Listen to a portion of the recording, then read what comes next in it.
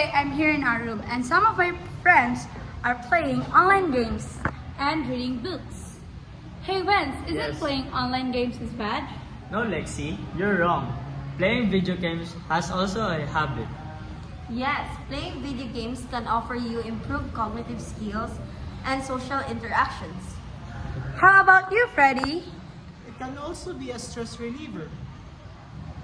Yes, that's why always playing a video games is not a bad habit. It can also contribute a creativity and imaginations. Bye. Bye! I said it was bye. Okay guys, bye! That's all for today. So hi guys, I'm heading to the canteen because we have no class. Wait. I have some tasks to do. Let's go. Okay. It's a prank. We want just you to take us from your... Vlog. Yes, your vlog. Hi, Bastos. Okay, so Lexi, what are you doing? I'm doing my con arts activity. How about you, Daisy? I'm also drawing in the board. What is drawing for you? So drawing for me is a sort of relaxment since it relaxes me from the stress that I have in school. Okay, we're not Bye. bleeding. We're not bleeding, no? Okay, bye-bye. Bye. Hello guys, so when is cleaning? Oh my god, our classroom is very dirty. Oh my god, Nerky, what are you doing? Show your... Ay, okay. Wait, can you show me your drawing? Here. Wow, so nice. So painting just really helps me relax and distress after a tiring and busy schedule with class. So how many hours did you draw them? Well, it just took me 3 hours. Wow. Wow. You're good at drawing, guys. Yeah. Guys.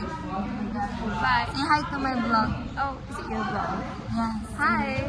Hi. So, bye guys. Bye.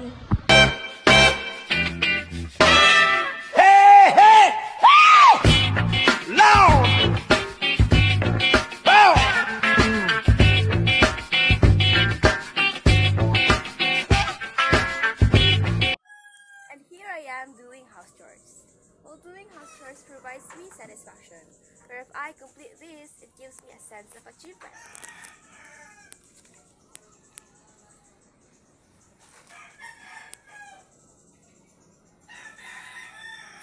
Hi guys, ngayon maglalaro ako ng basketball. Araw-araw sipag lang, hayaan mo silang sa'yo'y humahadlang. Huwag ihinto, tuloy-tuloy mo lang, diretso lang kahit meron pang humarang. Araw-araw sipag lang, hayaan mo silang sa'yo'y humahadlang. Huwag ihinto, tuloy-tuloy mo. Gusto ko akong laro ng basketball guys at kaya pauwi na po din ako. Kaya naglaro ako ng basketball dahil ay nakakatulong ito sa pagpabubuti ng kalusugan natin dahil ito ay mahusay na ehersisyo para sa puso at katawan natin. Hi guys. Hi guys, come join me for my 3-minute workout. I'll be doing squats, plank, jumping jacks, high knees, and lunges. So let's go. Let's start with the plank.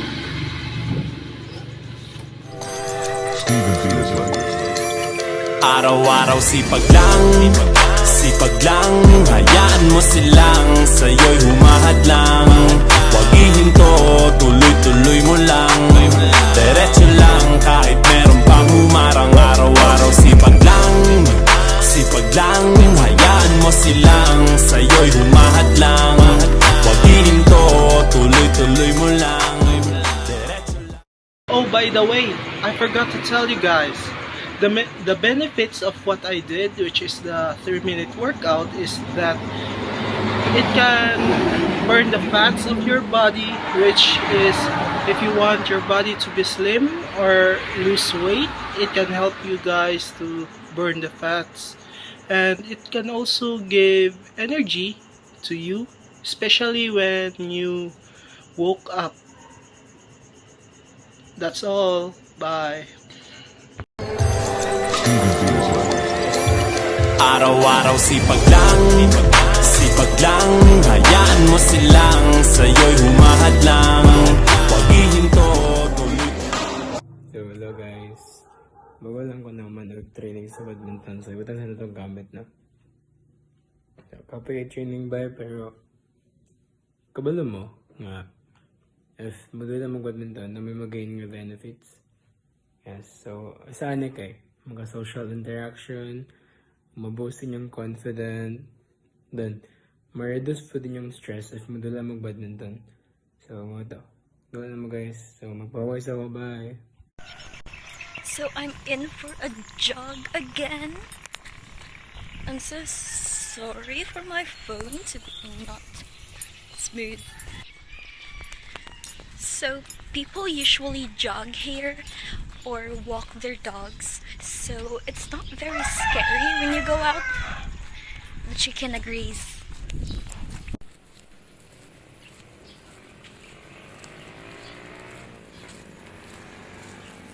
Araw-araw sipag lang, hayaan mo silang sa'yo'y humahad lang.